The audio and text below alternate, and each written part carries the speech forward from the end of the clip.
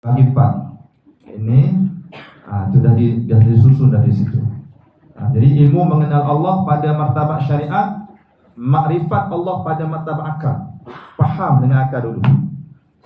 Kenal Allah dengan akal dikatakan fahaman atau dipanggil i'tiqadi, tauhid i'tiqadi, ataupun tauhid kalam, ataupun tauhid ilmu. Memahami Allah itu yang disebut sebagai sifat 20. Jadi sifat ini dibahagi kepada 4. Sifat nafsiyah, martabat zat. Jadi ada satu sifat, iaitu wujud. Sifat nafsiyah ni sifat yang menciri, sifat akan dipanggil nafsiyah ni zat, diri Tuhan itu. Martabat zat. Zat itu maksud diri Allah. Yang kedua sifat salbiyah. Sifat salbiyah dia martabat zat juga. Dia ada pada zat. Sifat salbiyah ini ada 5. Kemudian sifat ma'ani. Boleh kita belajar masuk sekolah darjah 6 balik. Sifat ma'ani. Sifat ma'ani ada 7. Ni martabat sifat. Maknanya dia menceritakan akan hal zat itu. Itu sifat. Sifat. Kemudian yang akhir ialah sifat maknawiyah, ada 7. 1 tambah 5 tambah 7 tambah 7 jadi 20. Maka dinamakan sifat 20. Baik, kita masuk kepada sifat yang pertama, ialah sifat nafsiyah. Nafsi dah nafsi, diri. Nafsi lah, diri. Sifat yang ada pada zat itu, iaitulah wujud. Kalau ditanya sifat 20 ni, saya boleh jawab lah kan, sebab dah belajar dah darjah 6 dulu. Cuma nak dipahami balik, nak didalami balik sifat itu supaya dia faham pada akal kita dan dia meresap menyatu dalam hidup kita, supaya dapat rasa wujud Allah itu boleh ada rasa tak dalam hidup kita. Adakah sekadar kita tahu Allah itu ada tapi tak rasa ada pun Allah Ta'ala? Kenapa manusia itu buat dosa? Sebab dia tak rasa Allah itu ada. Apa? Dia tahu Allah itu ada, dari segi ilmu tahu Allah itu ada. Allah ada. Tapi dalam batinnya tidak merasai kewujudan Allah itu, menyebabkan dia melakukan dosa. Yang mengumpat. Sebab apa? Dia tak rasa Allah itu ada bersama. Tak rasa wujud Allah itu ada. Maka dia gunakan mulutnya lancar macam-macam. Ataupun dia gunakan perbuatan melakukan dosa-dosa, menyebabkan seolah-olah dia Tuhan itu tak ada pun. Inilah penyakit umat akhir zaman. Bukan masalah ilmu sekarang ini, tetapi masalah jiwa yang tidak merasai wujud Allah itu. Sebab itulah kita nak kena faham dulu bagaimana wujud Allah. Kalau sebut bicara pertama ini wujud Allah, akal kita akan bertanya, kalau Allah itu ada, di mana Allah? Ini soalan pertama. Biasa soalan. Allah tu kat mana? Di mana Allah tu? Bagaimana wujud Allah? Bagaimana bentuk rupa Tuhan tu macam mana? Ini soalan akal. Sebab akal kita dia terikat dengan logik akal. Setiap yang wujud dia akan cari juga bagaimana. Di mana Allah? Di mana wujud Allah? Atas langit ke, atas aras ke, kat mana? Apa beza wujud Allah dengan wujud makhluk? Ini soalan lagi. Setiap yang wujud itu boleh dipegang, boleh dilihat, boleh disentuh. Bagaimana wujud Allah pula? Ini soalan-soalan Wahabi belaka ni. Soalan-soalan akal kita ini. Bagaimana bentuk Allah itu? Kenapa Allah tak boleh 2, tak boleh 3? Kenapa? Soal lagi. Inilah soalan-soalan yang perlu dikupaskan supaya akal kita yakin, sehingga mencapai ilmu yakin. Akal kita boleh terima kewujudan Allah itu bagaimana. Jadi wujud ia wujud ini dipanggil martabat zat. Mana sifat wujud ini ada pada zat Allah. Sifat ni ada. Zatnya zat yang disebut sebagai zat wajibal wujud. Zat yang wajib ada. Tak boleh tak ada. Mustahil bagi Allah itu tidak ada. Ini lawan bagi wujud kan. Dipanggil martabat zat, tiada nyata ia zat itu. Zat Allah Ta'ala tidak nyata. Tak boleh dipegang, tak boleh dilihat, tak boleh disentuh. Dan tiada siapa yang mengetahui dan mencapai hakikat akan zat Allah Ta'ala itu. Tak boleh. Ini dipanggil sempadan laisa, yang kita nak kenal Allah. Jangan cari Allah zat itu begini-begini. Jangan dicari itu. Kerana apa? Allah Ta'ala berfirman, la tudrikuhul absar wa huwa yudrikul absar wa huwa latiful khabir. Dia tidak boleh dicapai dengan penglihatan mata. Sedang dia dapat melihat segala yang kelihatan. Nak tengok Allah tak nampak, tapi Allah boleh tengok kita, boleh nampak kita, boleh lihat kita. Banyak benda yang kita tak nampak tapi kita yakin ada wujudkan dia kan. Contohlah kita dah sebut dulu, apa dia, perasaan sayang. Kita yakin ada sayang itu, tapi tak pernah tengok pun bagaimana bentuk sayang. Bagaimana bentuk sayang. Begitu juga roh kita yang ada dalam diri kita, tak pernah tengok pun bentuk rupa pun, tapi kita yakin kewujudannya itu. Ada roh itu dalam diri kita ini. Boleh? Nampak wujud? Kalau soalan disebut tadi, di mana Allah, bagaimana bentuk Allah, semua saya dah sebut dulu, sudah terjawab dalam sifat salbiah. Semua terjawab di situ. Tak payah pergi ke lain dah ilmunya. Jawapan di mana Allah, bagaimana bentuk Allah, setiap yang wujud tu boleh dilihat, dipegang, bagaimana Allah dengan Allah kewujudannya pula, semua terjawab dalam sifat salbiah itu. Jadi sifat salbiah ni ada 5. Qidam, baqa, mukhalafatu lil hawadith, qiyamuhu bi nafsi, wahdaniyah. 5 sifat salbiah itu. Sifat salbiah ni sifat yang menafikan Allah Ta'ala itu takluk pada masa, pada tempat, pada waktu. Tidak takluk maksudnya. Menafikan Allah itu takluk pada masa dan tempat. Mana tidak perlu masa dan tempat, dan tidak perlu rupa bentuk. Sebab itulah kalau berbentuk, berupa, itu bukan Tuhan. Tuhan tidak ada rupa, tidak ada bentuk. Tuhan tidak berhajat pada tempat, tidak berhajat pada masa. Sebab dia berdiri dengan sendiri, qiyamuhu bi nafsi itu.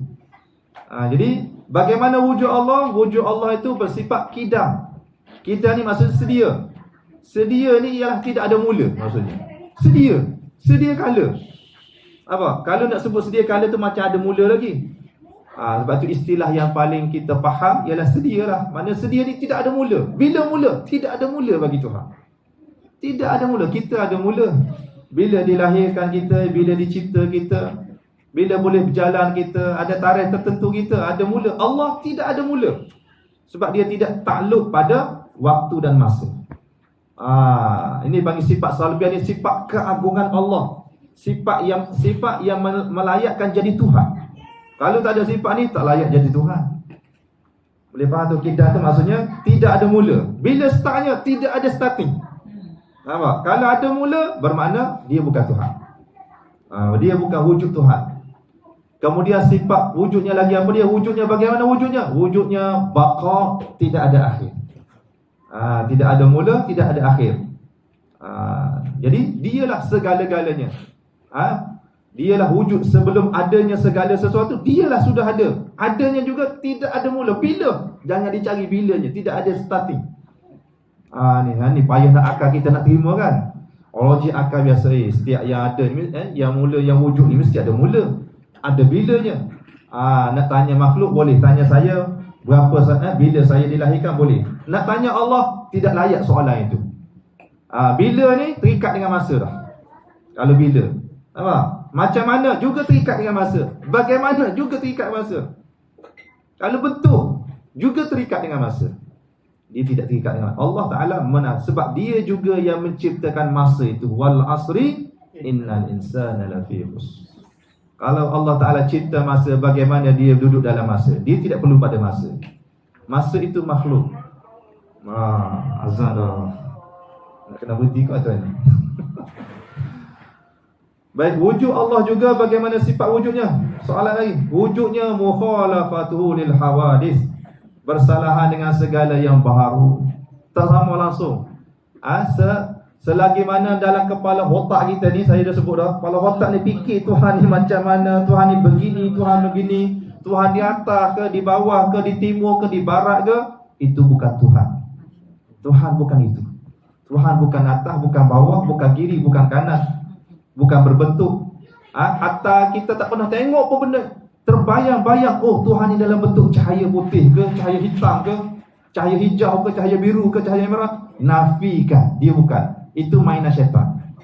Sebab tu datang benda itu, nafikan. Sebab bila kita nak meninggal dunia, dalam pelbagai bentuk syaitan akan datang. Datang dalam bentuk syekh-syekh yang besar, syekh-syekh alim yang besar, dalam bentuk keluarga dan kerabat kita, dalam bentuk berbagailah yang kita tidak pernah tengok pun. Ini pentingnya tauhid di situ. Kalau tidak mengenal Allah di sini, hal keadaan Allah itu kita mudah terkena dan terperangkap dalam kesyirikan kepada Allah Subhanahu wa taala. Ini maksudnya bersalahan dengan segala yang baharu ni mana tak boleh nak dibayangkan apa bentuk sekalipun, sebab Allah bukan berbentuk. Jangan. Saya dulu masa kecil-kecil dulu, kita terbayang Tuhan ni begini, Tuhan ni banyak. Tuhan Melayu, Tuhan Cina, Tuhan India, macam-macam Tuhan ada. Lepas tu fikir pula Tuhan tu macam Tuhan ni bulat begini, atau yang ni lepeh, yang ni panjang. Itu zaman akal kita dia cari Tuhan masa tu. Bila kita belajar sifat 20, baru kita faham itu bukan atas, itu semua adalah mainan karut belaka ke akal kita. Akal kita ini. Baik, mukhalafatul hawadis ini beberapa kepahaman penting di sini. Satunya nota kaki nombor 18. Allah itu nak ceritanya mukhalafah itu bukanlah berupa jirim, sama ada dalam bentuk jisim yang tersusun daripada beberapa juzuk ataupun dalam bentuk jauhar al-fardi. Jauhar al-fardi yang halus-halus. Johor lah jauhar ni kan, permata yang halus-halus. Al-fardinya halus-halus, yang tak boleh dibelah, tak boleh yang halus-halus tu. Itu pun tidak, sebab Allah bukan bentuk berjirim mukhalafahnya. Tak berjirim. Jirim ni macam mana jirim? Jirim ni halus kan. Kalau jisim boleh pegang, boleh sentuh. Ini berjisim semua ni. Tu jisim. Kalau jirim juga tidak. Walaupun kita tak nampak dalam bentuk hantu ke, dalam bentuk perasaan ke, Tuhan bukan dalam perasaan, bukan. Ini nak payah nak dinafis, sebab akal kita sudah dididik lama, puluhan tahun dah. Dengan logik akal kita, tiba-tiba belajar Tuhan. Sebab Allah tidak terikat dengan logik akal. Allah tidak terikat dengan logik akal. Sebab tu nak faham akal kita, boleh terima tak kewujudan Allah tu bagaimana. Juzuk bentuk jauhar al-fardi ataupun juzuk yang paling kecil, yang halus sekali, yang tidak boleh dipisah-pisahkan. Dia panggil apa Haji? Kalau belajar fizik dalam bentuk neutron, proton, atom yang halus-halus tu. Nukleus yang halus-halus yang tak boleh nak pecah tau. Proton saga ke proton apa ikutlah. Tu maknanya dia tak boleh sampai situ. Mana Allah tu bukan lagi. Nafikan. Ini sifat salbiah ni. Mana? Wujudnya bukan itu. Bukan. Kemudian yang kedua, Allah tidak berada di mana-mana tempat atau mana-mana masa. Tidak bertempat, tidak tertakluk pada masa. Bukan di atas. Kalau atas ada tempat kan? Tempatnya di atas. Kalau bawah, tempatnya di bawah. Kalau ke Mekah, tempat dia di Mekah. Allah bukan berada di Mekah, tapi dia berada di situ. Bermakna dia bukan di situ. Allah sebut wa huwa ma'akum aynama kuntum. Dia sentiasa bersama dengan kamu di mana saja kamu berada. Sebab itu kadang-kadang orang tu rasa Allah tu Mekah. Dia pergi ke Mekah, dia boleh menangis depan Kaabah, ingat kepada Allah. Balik ke Mekah, hilang Allah. Seolah-olah Tuhan tu Mekah je. Sedangkan Allah itu berada balik tu, dia ada di sini. Sebab tu nak hidupkan Allah di sini, dalam kalbu kita ini. Pergi ke Mekah pun ada Allah, balik ke Mekah pun ada Allah, dalam solat pun ada Allah, di luar solat pun ada Allah, buat apa saja pun ada Allah itu. Cuma dia tidak berbentuk, tidak berjisim, tidak berjirim. Tidak. Jangan difikirkan. Kalau datang hal itu, nafikan. Jangan layan. Itu adalah khayalan akal kita. Duk khayal je cari Tuhan. Ini sebab itulah pelajaran ni, pelajar iman ni dia menolak akal kita ni akan Allah itu berjirim, berbentuk dan sebagainya. Kemudian ini perbahasan kan, ada orang kata Allah di atas arasy, Ar-Rahmanu 'alal 'arsy istawa. Allah di atas. Bila berada atas bermakna bertempat. Itu perbahasan nantilah. Yang ketiga, Maha suci Allah daripada berada mana-mana arah dalam dunia ini, sebagaimana sucinya Allah adanya untuknya arah itu. Tidak, bukan di timur, bukan di barat, tetapi Allah menguasai timur dan barat. Allah bukan di atas dan di bawah, tetapi dia menguasai atas dan bawah. Itulah dia Allah, kebesaran Allah. Bagaimana? Tidak boleh dibincang bagaimana itu. Sebab dia mukhalafatul hawadis. Kalau Allah macam besar, Allahu Akbar, Allah tu besar gitu. Besar itu masa makhluk. Besar ni dalam besar itu dalam dengan makna besar ni, besar dalam kekuasaan, besar dalam ciptaannya itu, besar dalam kehebatan dan keagungan Allah Ta'ala. Itu kebesarannya itu. Bukan besar dalam bentuk, rupa bentuk gini kan. Kalau anak-anak kita mungkinlah ya sekolah tadika, Allah Maha Besar, Allah Akbar. Ya, Allah tu besar. Besar daripada gergasi ke? Dia akan tanya. Sebab akal kita begitu, bila sebut besar nampak begitu. Allah bukan itu. Kita yang sudah dewasa, sudah matang umur kita ini 40 ni, kita sudah kena faham dah hal itu sebenarnya, agar tidak terikat dengan dia panggil akal kanak-kanak lagi. Kemudian lagi, Maha tinggi Allah daripada segala benda baru, ada pada zatnya atau zatnya pula ada pada benda yang baru. Yang baru ni selain Allah lah, makhluk.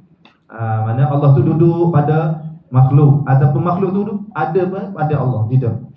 Tidak. Sebab apa benda? Kenapa kita belajar benda ni? Supaya kita kenal Allah ni, hal ini. Supaya kita dalam sembahyang, kita tahu kadang-kadang syaitan datang dalam bentuk lembaga putih, datang bentuk dalam bentuk cahaya dalam ketika sembahyang. Kalau kita tak faham di sini, datang, Allah dah datang. Keluar pula suara, akulah Tuhan kamu. Habis.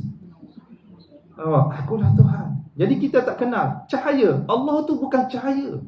Allah bukan cahaya. Tetapi dia yang melimpahkan cahayanya itu. Dia bukan cahaya. Cahaya itu makhluk lagi. Nampak? Adapun disebut sebagai cahaya ataupun Nur Muhammad yang kita bincang, Nur Muhammad sallallahu alaihi wasallam itu adalah tajalli, pantulan daripada cahaya jamalnya itu. Allah bukan cahaya. Cahaya boleh suka lagi cahaya ni kan? Ahli-ahli sains boleh suka lagi. Dia mengikat pergerakan kelajuan cahaya ini 360,000 km satu saat perjalanan pergerakan cahaya itu. Boleh suka lagi, maknanya dalam konteks boleh disuka. Allah tidak boleh disuka. Tidak boleh disuka. Sebab tu Allah ini dalam bentuk jirim pun tidak, dalam bentuk jisim lagi tidak. Tidak. Bagaimana? Akal kita tak mampu nak capai. La tudrikul absar wa huwa yudrikul absar. Lagi yang kelima, mukhalafah ini ialah maha tinggi Allah daripada bersatu dengan segala yang baru. Bukan bersatu. Yang panggil tahallul, hulul. Istilah tauhid. Kan ayah pengan ya, ataupun mana fahamlah. Allah dia belajar tinggi-tinggi hakikat makrifat. Allah ni gini, Allah masuk dalam diri dia, jadi menyatu. Jadi Tuhanlah aku. Akulah Tuhan ya. Jadi menyatu dengan dirinya itu. Tidak, Allah bukan menyatu dengan diri kita. Ini kena nafi belaka tu. Allah tidak bersifat dengan sedikit atau banyaknya anggota. Anggota pun tidaklah. Macam mana Allah ni nak faham dengan akal kita? Memang tak boleh faham lah. La tudrikul absar. Sehingga Nabi kata, jangan kamu berfikir tentang zat wujud Allah itu, diri Allah itu, jangan kamu fikir. Sebab dia sempadan laisa.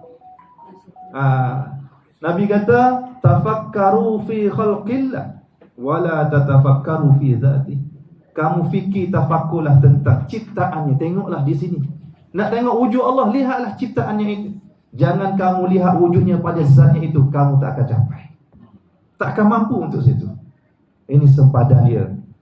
Sempadan yang kita pelajari Tuhan. Jangan cari Tuhan tu pada zatnya. Pandanglah, carilah Tuhan itu, fahamilah Tuhan itu, kenalilah Tuhan itu pada alam dan diri kita ini. Sebab itulah diri kita inilah tempat kita mengenal Allah. Wa fi anfusikum afala tubsirun, yang kita sudah bicara pada kali yang lalu. Qiyamuhu bi nafsi.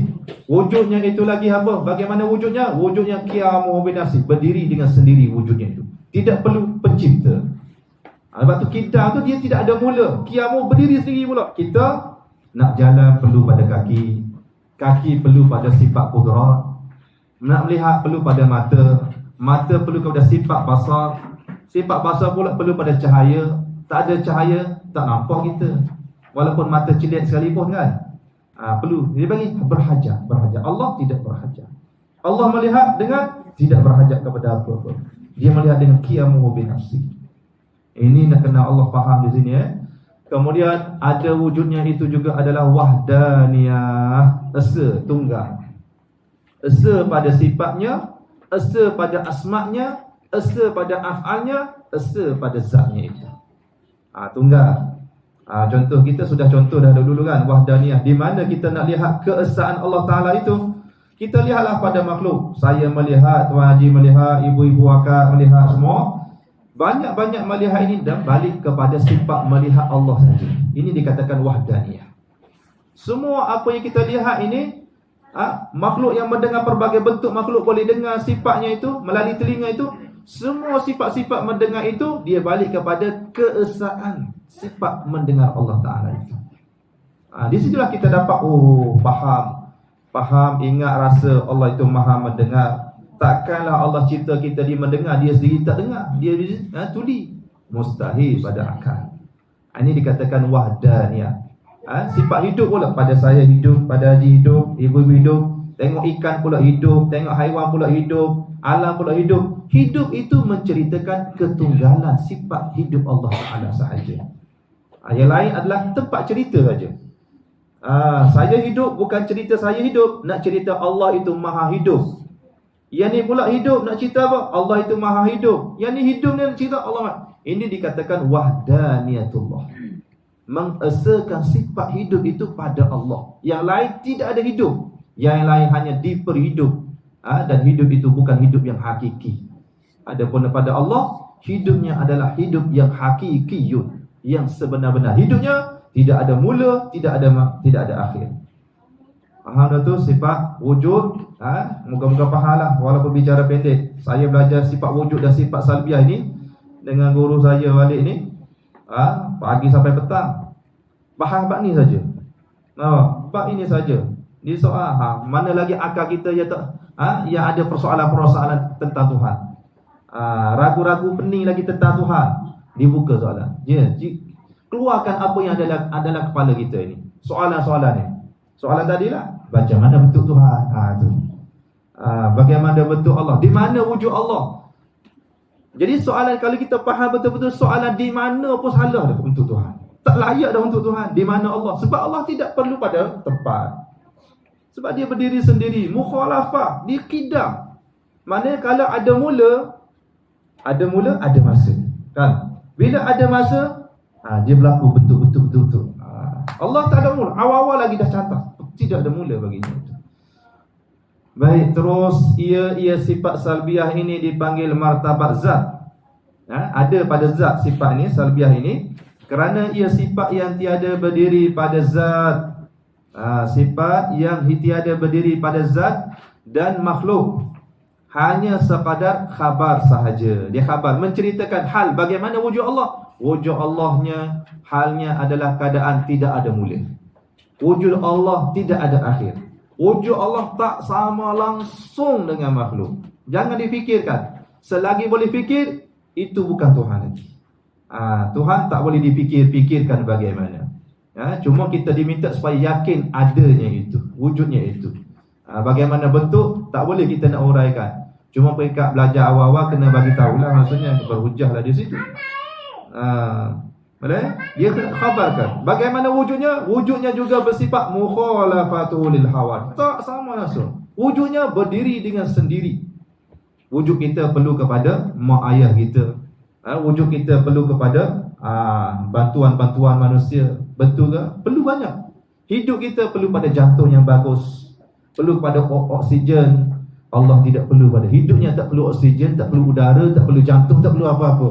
Bagaimana? Ini dipanggil mukhalafah ni. Sifat keagungan Allah yang menyucikan segala tashbih. Tashbih ni yang menyerupai, menyerupakan sama seperti makhluk. Dan tajsim, menjisimkan Allah. Maksudnya dia mesti, sifat keagungan mesti menyuci tashbih. Maknanya ya sama. Allah melihat, kita melihat. Tapi melihat Allah dengan melihat kita, hakikatnya tidak sama. Ini panggil mesti, walaupun dia sama, tetapi kena tanzih, kena bersihkan, kena sucikan. Allah itu tidak berjisim, tidak sama. Sifat melihat Allah dengan lihat kita, dari segi namanya melihat, tapi penglihatan Allah dengan penglihatan kita tidak sama. Penglihatan Allah tidak berbentuk, tidak perlu kepada hal-hal, perlu kepada makhluk dan sebagainya.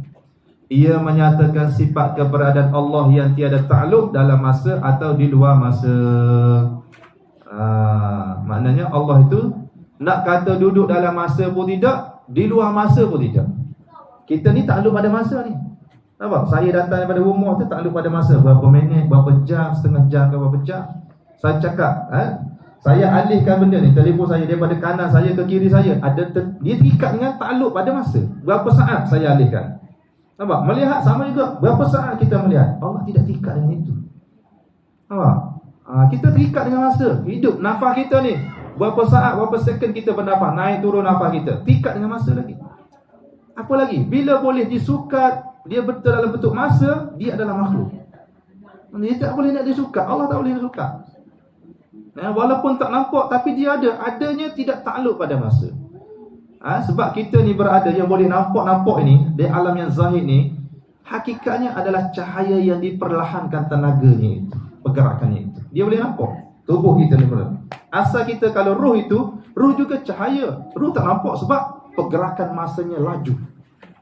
Sebab tu sampai tak nampak. Alam jin, dia laju.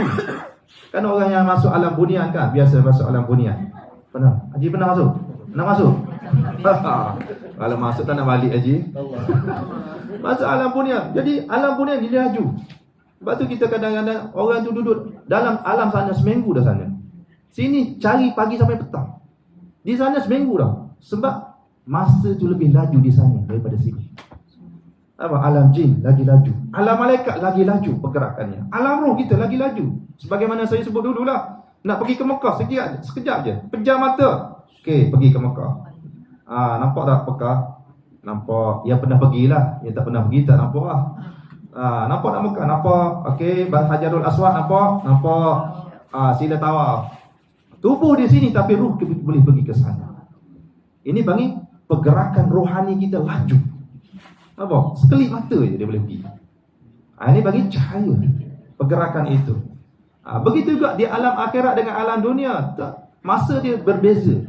Alam dunia dikatakan 1000 tahun, di alam akhirat baru sehari. Sehari di akhirat sama dengan 1000 tahun di dunia. Kalau 2020 ni baru 2 hari di akhirat, lamanya di sana. Sebab dia dimensi lain. Dimensi alam berbeza dan masa berbeza. Allah tidak terikat alam akhirat. Dia yang menguasai alam akhirat, menguasai alam dunia, alam jin, alam malaikat, alam haiwan, alam tumbuhan, segala alam. Alhamdulillahi Rabbil Alamin. Itulah dia Allah. Nampak dah kebesaran Allah. Jangan dicari Tuhan yang zat yang gaib itu. Kita takkan jumpa cari. Kita hanya boleh mengenal Allah pada ciptaannya sahaja. Masa adalah ciptaan Allah. Justru ia hanya takluk pada keberadaan wujud Allah. Justru ia hanya takluk pada keberadaan makhluk. Makhluk saja yang terikat dengan masa. Walaupun dia alam malaikat, terikat dengan masa lagi. Berlaku Isra dan Mi'raj, masih terikat dengan masa lagi. Allah tu di balik itu. Di balik itu. Balik apa? Dia yang menguasai. Dia boleh dengan 1 minit saja boleh Tuhan boleh Isra dan Mi'rajkan Nabi. Boleh 1 minit. Tidak, sebab dia yang menguasai masa. Walaupun kita lah berjarak. Nampak? Berjarak daripada JB ke Kedah ke utara sana, makan masa 7 jam. Kalau orang duduk di atas rohaninya itu, sebab itulah Wali Songo, Wali Sembilan dia boleh mesyuarat. Seorang di Jawa itu, seorang Jawa Timur, Jawa Barat syuarat. Sebab mereka mesyuarat melalui rohani. Jiwa mereka itu dia berinteraksi antara rohani. Tubuh duduk tempat masing-masing, tapi bicaranya bicara rohani. Boleh. Kita boleh nak bicara dengan rohani-rohani yang orang yang sudah meninggal dunia. Boleh. Boleh. Sebagaimana berlaku kepada wali-wali Allah lah. Yang saya sebut Syekh Abu Ya Amran Wali di Aceh, dia boleh pergi ziarah kubur Syekh-Syekh para wali-wali, dia boleh interaksi. Dia bercakap, kalau kita pergi dengan dia bercakap. Datang bila, datang daripada mana, sihat ada. Dia bercakap, kita dengar suara dia, tapi suara rohani kita tak dengar. Dia hanya dengar rohani dengan rohani saja. Dia panggil berinteraksi di alam roh. Dengan roh dengan roh. Kita bingung lah. Cakap suara je. Padahal dia cakap dengan rohani itu. Itulah maksudnya, bila kita kembali kepada diri kita yang sebenar, di situlah kekuatan sebenarnya. Dia boleh kan orang yang buat apa, meraga sukma ke? Meraga sukma. Dia tafakur orang tafakur biasa, meraga sukma. Dia boleh pergi ke mana-mana. Tubuh di sini, dia boleh pergi sini. Tengok cerita Cina lah. Dia tafakur, dia boleh pergi sini. Kalau orang dulu dia panggil bayang 7, pecah 7 bayang. Dalam peperangan tu, dia duduk rumah je. Ulama, wali-wali dia duduk rumah, tapi bayang-bayang, dia peperang dengan bayang-bayang. Itu bayang-bayang, dia boleh pecah 7. Sebab itu musuh sangat takut hal ini. Sebab kekuatan tersufi ini menyebabkan datang pertolongan Allah, dia boleh pergi pecah 7. Orang tembak tak mati. Macam tu. Jadi Allah ni dia menguasai masa. Maknanya orang di Malaysia, orang di Mekah, orang di UK, di Amerika, bagi Tuhan tak payah pergi sana. Dalam genggaman dia saja. Tidak terikat dengan masa. Maknanya bagi Allah, Mekah pun situ, orang UK pun situ, orang Malaysia pun situ, tidak ada masalah lah. Kalau tak nak jadi Perdana Menteri, penat nak pergi sana, pergi sini sekarang, Allah guna teknologi ni, boleh pergi sekejap je, boleh terbang. Boleh mesyuarat dalam online je, Zoom saja. Dia panggil salah satu teknologi yang menceritakan boleh rohani kita boleh terbang sebenarnya. Lagi hukum masa bagi keberadaan makhluk. Hukum masa bagi keberadaan makhluk. Satu, ini makhluk makhluk kita lah, takluk pada gerak. Kalau tak gerak diam. Kalau tak gerak diam, gerak. Sama ada gerak ataupun diam, dia takluk pada masa. Duduk berapa lama duduk, berapa minit, berapa. Ini bagi terikat dengan masa. Takluk pada gerak antara saat kepada saat. Dia bergerak masa detik. Yang kedua, takluk pada jarak. Bila ada gerak, ada jarak. Ada jarak. Ini nak ceritanya takluk pada masa. Benda makhluk ni yang tertakluk pada, tak kira lah dia alam jin ke, alam malaikat ke, alam ghaib ke, alam akhirat, dia tetap dalam takluk dengan masa. Faham takluk ni? Faham takluk. Jajahan takluk Johor. Kawasan dia. Masa dia terikat dengan masa itu. Allah tidak terikat.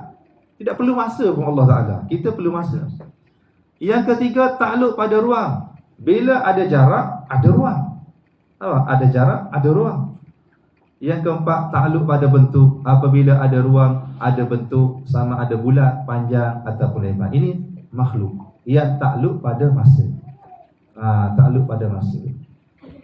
Maha suci Allah Ta'ala yang keberadaannya bersifat takluk dalam masa atau di luar masa. Apabila keberadaan Allah tiada dalam masa, maka dengan sendiri wujudnya tiada takluk dalam hukum masa. Tidak terikat dengan masa lah maksudnya. Maha suci Allah Ta'ala daripada berhajat kepada masa, kerana masa itu juga adalah makhluk. Kalau berhajat pada masa bermakna berhajat pada makhluk. Berhajat pada makhluk lemah, tak layak jadi Tuhan. Sebab itulah sifat salbiah ni mesti wajib Allah tu bersifat qiyamuhu binafsi, berdiri dengan sendiri. Tidak perlu pada masa, tidak perlu pada tempat, tidak perlu pada rupa, tidak perlu kepada apa-apa saja. Inilah sifat keagungan Allah Ta'ala itu. Nampaklah wujudnya itu. Boleh nak bayar, tak boleh bayar. Allah ni bagi, tak boleh dibayarkan bagaimana. Kita tengok pula keberadaan wujud Allah Ta'ala pula. Wajib Allah Ta'ala wajib ada tu bagaimana? Ada Allah, tiada takluk pada gerak dan diam. Allah tidak pada takluk pada, sebab dia tidak terikat dengan masa. Sama ada gerak ataupun diam. Allah tidak gerak dan tidak diam. Allah tidak gerak dan tidak diam. Kalau ada gerak ada diam, ada takluk pada masa. Yang kedua, bila tak ada gerak tak ada diam, tidak ada jarak. Bila tidak ada jarak, tidak takluk pada ruang. Dan bila tidak takluk pada ruang, tidak takluk pada bentuk. Mana Allah tidak berbentuk. Penat belajar Tuhan guna akal, jeng, otot. Ustaz Melayu. Ya, ada soalan, sila. Yang Ustaz sebelum tadi Maha suci Allah yang berada dalam sifat takluk pada masa. Maha suci Allah yang keberadaannya bersifat takluk dalam masa atau di luar masa. Nak kata dalam masa pun tidak, di luar masa pun tidak. Kalau kita lukis kan, lukisan satu lukisan alam, dengan burung, dengan matahari, dengan gunungnya, dengan apa rumah, dengan air terjun, apa semua sekali ni. Jadi lukisan itu dilukis oleh pelukis kan. Jadi pelukis sendiri bukan duduk dalam lukisan itu. Pelukis ni duduk luar. Apa? Jadi semua dalam lukisan itu adalah dia takluk dalam lukisan itu, dalam masa itu. Ikut sukalah pelukis nak lukis burung berapa ekor, nak tu sungai mengalir ke mana, berapa ekor burung, berapa ekor lembu kambing, itu ikut suka dia. Apa? Jadi pelukis sendiri pun tidak berada di situ. Apa? Jadi yang ada di dalam lukisan itu dia takluk pada masa di situ. Jadi Allah nak kata berada dalam lukisan itu pun tidak, nak kata di luar pun tidak. Nak kata Allah Ta'ala ni duduk dalam ada takluk masa ni, dalam alam ni, tidak. Nak kata di luar alam pun tidak. Allah yang menguasai dalam dan luar alam. Itulah dia Allah. Apa? Sebesar-besar langit, sebesar-besar alam ini. Oi, macam mana kalau kita ikut akal logik, akal letih nak tak tebih ni. Nak urus dunia ni sebesar-besar dunia. Tapi Allah tidak, sebab dia tidak takluk pada itu. Inilah sifat salbiah, sifat keagungan Allah Ta'ala. Sifat kehebatan Allah Ta'ala. Dia tahulah bagaimana Allah itu. Tidak layak kita sebenarnya untuk bertanya. Kalau sudah faham Allah, tak layak nak tanya Allah tu bagaimana betul Allah, di mana Allah. Tidak layak, sebab soalan ini tidak layak untuk Allah sebenarnya. Untuk saya, untuk makhluk boleh ditanya. Kenapa Allah tu tak boleh banyak? Tu jawab dalam sifat wahdaniyah. Keesaan Allah. Tak boleh banyak Allah. Kalau dua Allah ni, Tuhan ni dua, huru-hara dunia. Ataupun tak jadi dunia ni. Tuhan ni nak buat langit, Tuhan ni tak nak. Bergaduh situ, tak jadi langit. Sebab tu Tuhan dia satu je. Sebab tu suami dia seorang je, isteri tak ramai tak apa. Aduh, marah ibu-ibu lah. Tersentak sekejap hilang ngantuk. Maka wajib baginya bersifat salbiah. Wajib bagi Allah itu bersifat salbiah. Bersifat salbiah, yakni tiada permulaan, tidak ada mula. Bila tu tarikh lahir, tidak ada tarikh lahir. Sebab tu Allah tak boleh buat happy birthday. Kita ada happy birthday. Tidak ada lahir. Tidak ada mula, Tuhan tu tidak ada akhir, sebab dia baqa, tidak ada akhir. Kemudian Allah tu tiada berhajat pada yang baru, qiyamuhu binafsi. Allah tidak tak sama apa yang baru, itu mukhalafah. Dan bersifat tunggal, esa wahdaniyah. Maka wajib baginya tiada pergerakan, tiada diam. Tak gerak, tak ada gerak, tak ada diam, tak ada jarak, tak ada ruang, tak ada apa-apa bentuk, tak ada apa-apa. Wujud Allah tiada dalam ruang dan di luar ruang. Tapi dia menguasai. Dia tahu apa yang ada dalam hati perut kita ni, dia tahu. Dalam niat kita pun dia tahu. Tapi dia bukan di situ. Dia yang menguasai apa yang ada di situ.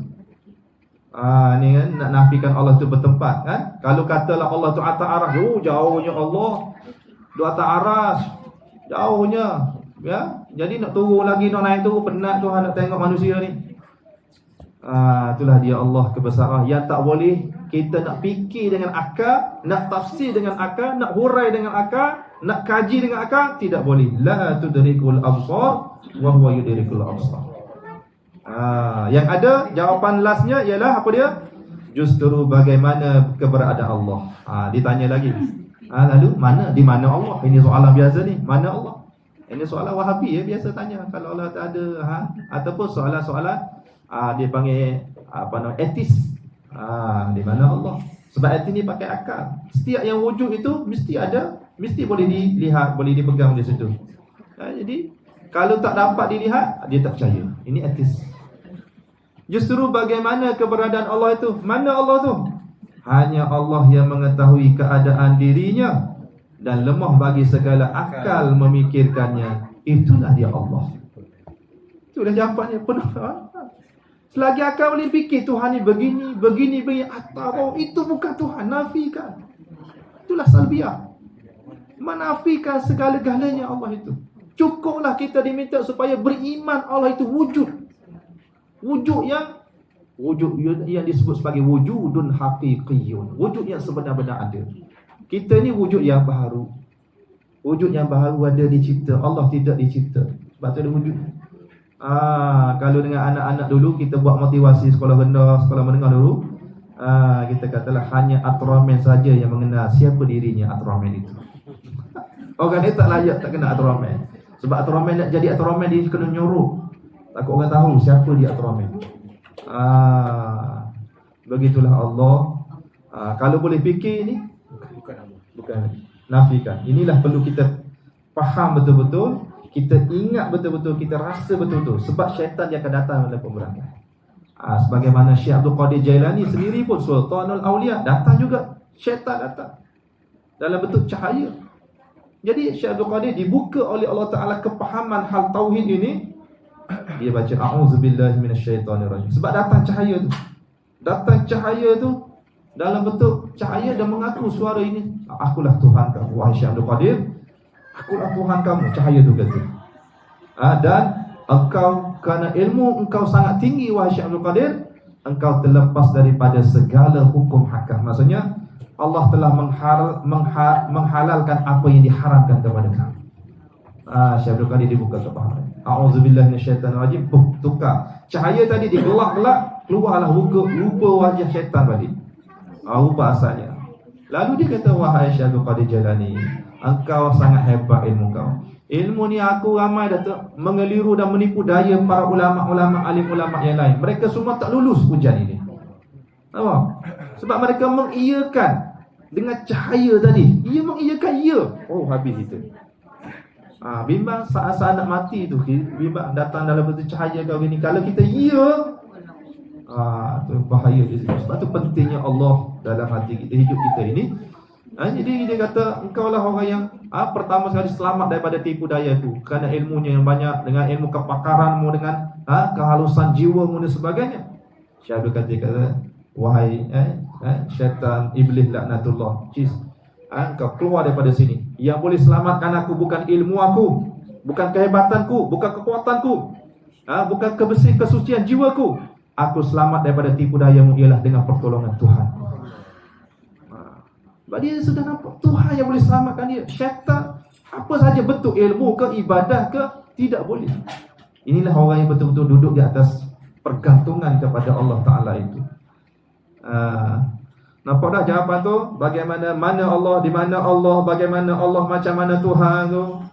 Hanya Allah yang mengetahui keadaan dirinya. Serahlah pada Allah.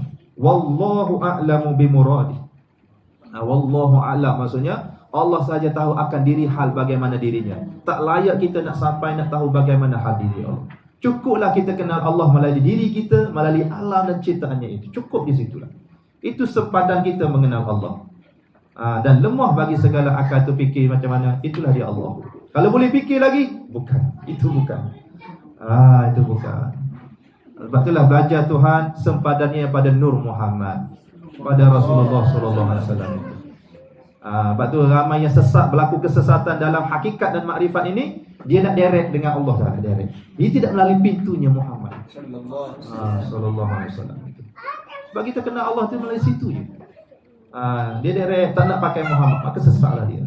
Sebahagian kaum keliru di mana mereka menggunakan logik akal dalam mensifatkan Allah Ta'ala. Kita habis tajuk ni lah, makni tak sempat dah. Sebahagian kaum telah keliru di mana mereka menggunakan logik akal dalam mensifatkan Allah Ta'ala. Mereka mengatakan setiap yang ada wajib bertempat. Ni logik akal, pakai akal. Setiap yang ada, mesti ada tempat. Mesti ada, mesti boleh dipegang, mesti boleh dilihat. Itu akal kita. Allah, dia bukan itu. Dia tak mampu. Mereka mengatakan setiap yang wajib bertempat, setiap yang ada wajib bertempat, maka mereka menyatakan wujud Allah juga wajib bertempat seperti sifat makhluk. Lalu ada yang mengiktirafkan Allah itu ada di langit. Tadilah atas arash. Islam dah, tapi akidahnya Allah atas arash. Nampak? Dan mengkufurkan siapa yang mengata Allah itu tidak bertempat. Siapa kata Allah tak ada tempat, kafir. Tak bahasanya. Mana dulu dia? Ar-Rahmanu 'alal arsyistawa. Buka dalil Quran. Nampak? Allah itu bersemayam di atas. Kan Tuhan kata dia di atas arash. Siapa ingkar, kafir. Dia. Kalau kita, ini panggil hujah-hujah Wahabi dia panggil. Jadi kalau kita, Quran ni kalau tentang kafir kita.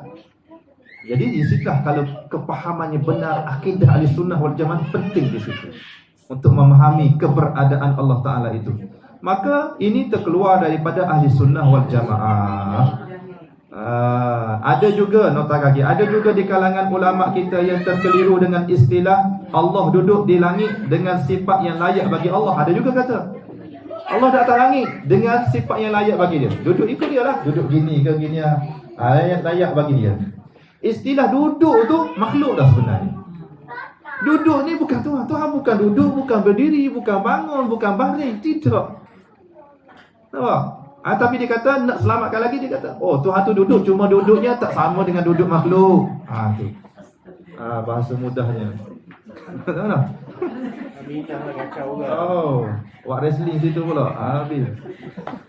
Orang nak ambil ni. Mereka menganggap ia masih dalam sifat mukhalafah.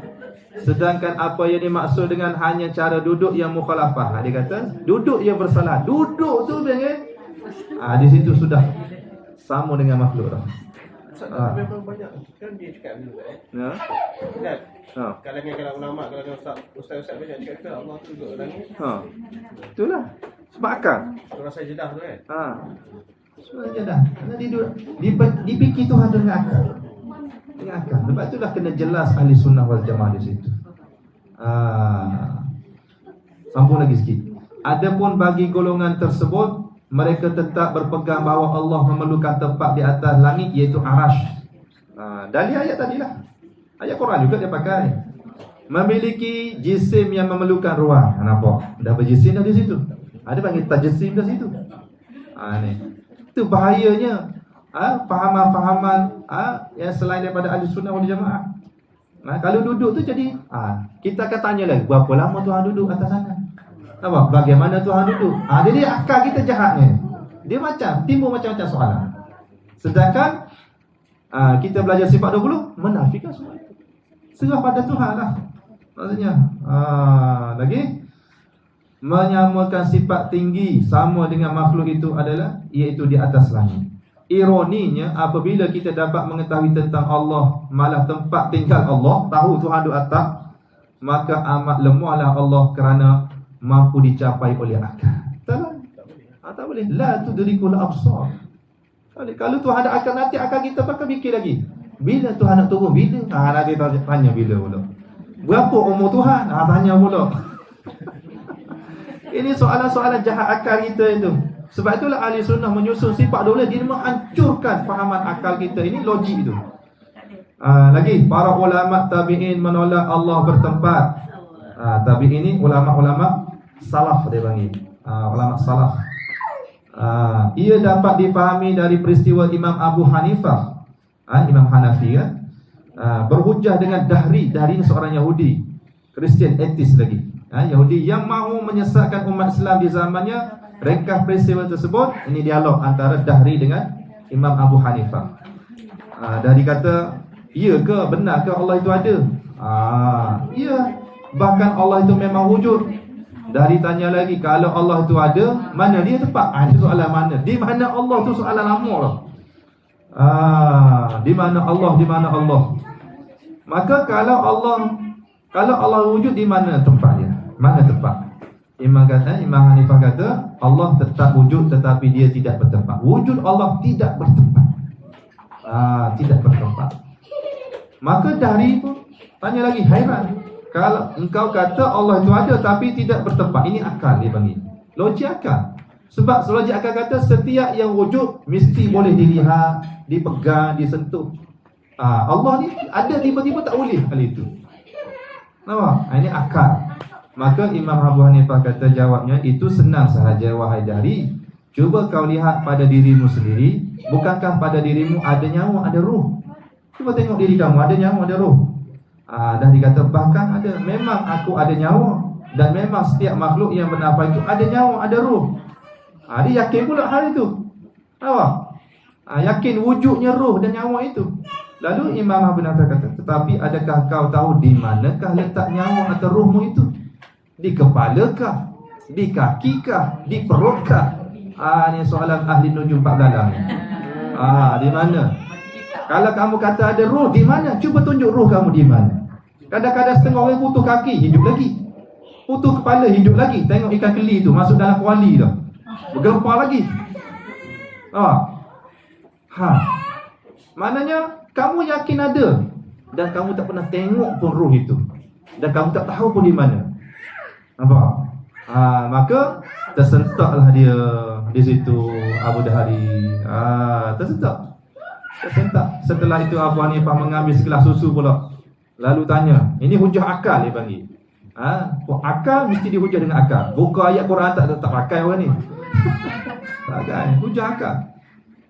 Maka ditanya, adakah dalam air susu ni ada terkandung lemak? Orang belajar sains tahulah kan. Ya, bahkan ada lemak dalam susu. Imam Abu Hanifah kalau begitu di mana lemak itu berada, di bawahkah atau di ataskah? Soalan hujung Pak Belalang pula. Aduh, sekali lagi tersentak tidak mampu menjawab pertanyaan Abu Hanifah yang petah itu. Lalu Abu Hanifah buat kesimpulan, untuk mencari di mana ruh dalam jasad dan di mana kandungan lemak dalam susu ni pun kita tak mampu, masakan pula kita nak menjangkau di manakah keberadaan zat Allah Ta'ala itu. Ruh yang ada dalam diri kamu pun kamu tak tahu duduk di kepala ke kaki, kita tak. Allah yang menciptakan ruh itu lebih hebat daripada ruh lagi. Nampak? Itu untuk umat akhir zaman lah soalan begitu, mudah-mudah je. Jelas Imam dia menolak. Jelas Imam Abu Hanifah menolak Allah bertempat apa lagi atas langit. Golongan yang mentafsirkan Allah itu berada di atas langit kan. Ar-Rahmanu 'alal arsy istawa. Ini biasanya Wahabi lah. Hujah-hujah Wahabi begitu. Allah di atas langit. Hujah tak selesai masalah. Orang ni dia akan guna dalil-dalil macam-macam. Dengan mentafsirkan sebagai duduk. Ar-Rahmanu 'alal arsy istawa. Ar-Rahman itu bersemayam dengan, dia terjemah tafsir dengan duduk. Duduk itu sudah istilah kepada makhluk. Jadi akal kita kan tertanya lagi, duduk macam mana? Belajar sifat 20 dia boleh faham ayat-ayat mutasyabiah ni. Kalau tak, ya Allah, dia terikat dengan ayat itu. Tiada para sahabat dan tabi'in yang mentafsirkan ayat ini dengan makna duduk. Tak ada pun sahabat mentafsirkan duduk, tak ada. Yang ada orang yang kemudian duduk. Ar-Rahmanu 'alal arsy istawa, bersemayam itu dia dengan duduk dia itu. Atas arsy. Maka ulama salaf ni ulama di kalangan tabi'in lah. Tabi'in. Salah ni kurun yang ketiga sampai kelima. Masuk kelima ke enam itu dia panggil khalaf dah, ulama khalaf. Ulama yang terkemudian. Meninggalkan makna pada Allah, makna sirah pada Allah kerana ia termasuk ayat mutasyabihah. Hanya Allah yang mengetahui hakikat maksud ayat tersebut. Adapun ulama khalaf, ulama yang terkemudian ini mentafsirkan istiwa, bersemayam atas arasy istiwa itu kepada kuasa. Dia tak sebut, dia tak terjemuh kepada duduk. Allah itu menguasai arasy. Demi menyelamatkan akidah orang awam daripada menjisimkan Allah Ta'ala dengan sifat yang memerlukan tempat. Sebab itu hati-hati ulama ni, ulama khalaf dan ulama salaf. Ulama salaf kata wallahu a'lam, kami tak boleh nak sentuh. Kalau Nabi baca Ar-Rahmanu 'alal arsy istawa, ya, kami yakin dan percaya. Allah mereka menterjemahkan kuasa Allah di atas kuasa mereka itu. Selamat akidah umat ini. Ini halusnya. Adapun salaf mereka tak berani nak terjemah apa-apa pun. Serah pada Allah saja. Khalaf ini setelah ilmu tu makin berkembang, akal makin macam-macam lah akal itu, maka disusunnya perlu kepada kefahaman yang diberikan dengan rohani yang dibuka oleh Allah Ta'ala itu. Nyata sekali bahawa semua ulama berpegang pada pegangan salaf, yakni menyerahkan makna itu pada Allah Ta'ala saja. Malahnya terdapat sebahagian golongan mengatakan haram mentakwil, serahkan makna pada Allah, tapi mereka sendiri yang takwil istiwa itu dengan maksud duduk. Dia kata takwil tak boleh, dia sendiri yang ditakwilkan. Sebab itu ulama-ulama mereka tak bahaskan panjang-panjang hal ini, sebab dia akan mengelirukan umat dan orang awam. Sebaiknya serah pada Allah itu. Wallahu a'lam biasanya.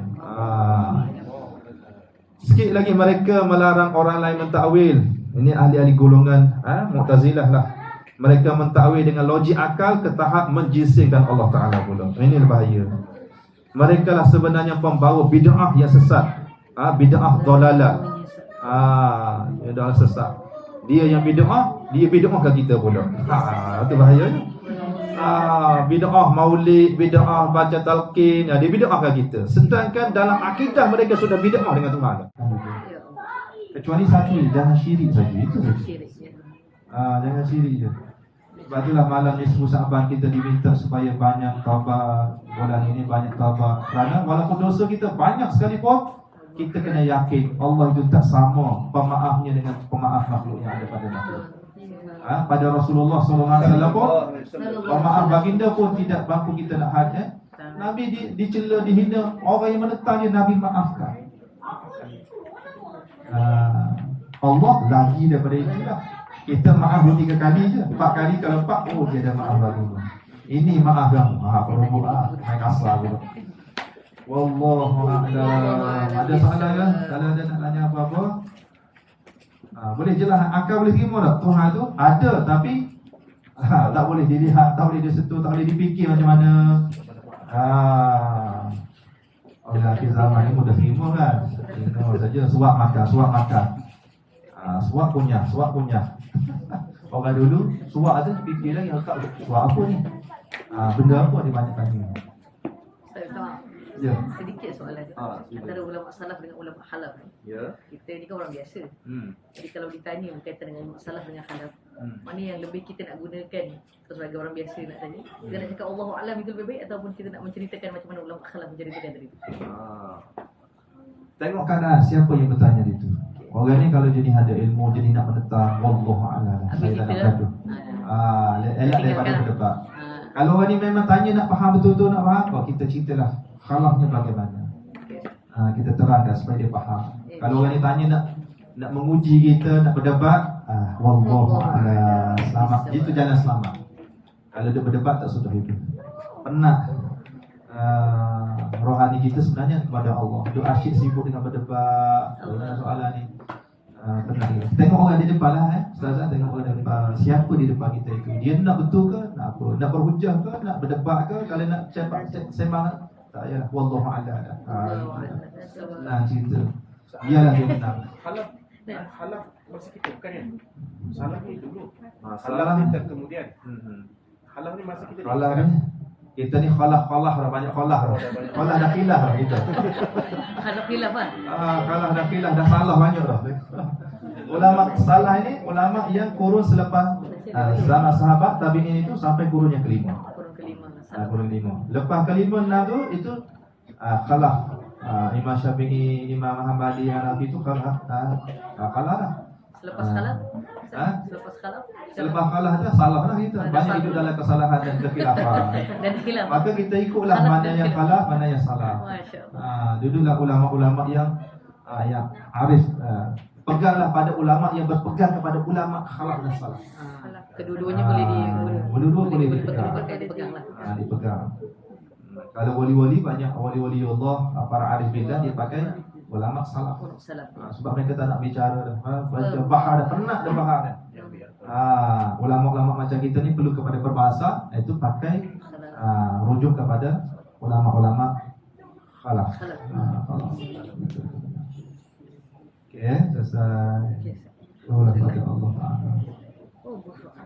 Sallallahu ala nabi ya nabi sallallahu ala rasul sallallahu ala habibi nabi Muhammad abdul rasul sayyidina Umar Uthman Ali ya Rabbi Abu Bakar sahabat Nabi Siti Fatimah binti Rasuli ya Rasulullah junjungan kami la ilaha illallah ya Allah kalimah tauhid penyejuk hati. Siapa benci kalimah Allah keluli dari waktu mati. Ya Rasulullah ya Habibi tunggu kami di titian meniti. Peganglah kami duhai Nabi agar tiada ke neraka menanti. Islam, iman, tauhid, ma'rifat, pegang teguh syariat Nabi. Islam itu membawa rahmat, hidup bahagia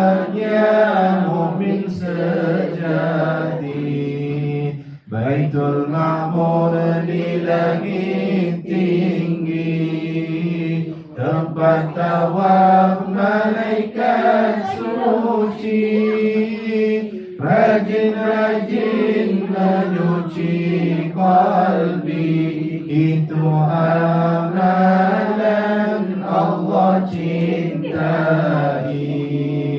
Rajin-rajin menyuci qalbi, itu amalan Allah cintai.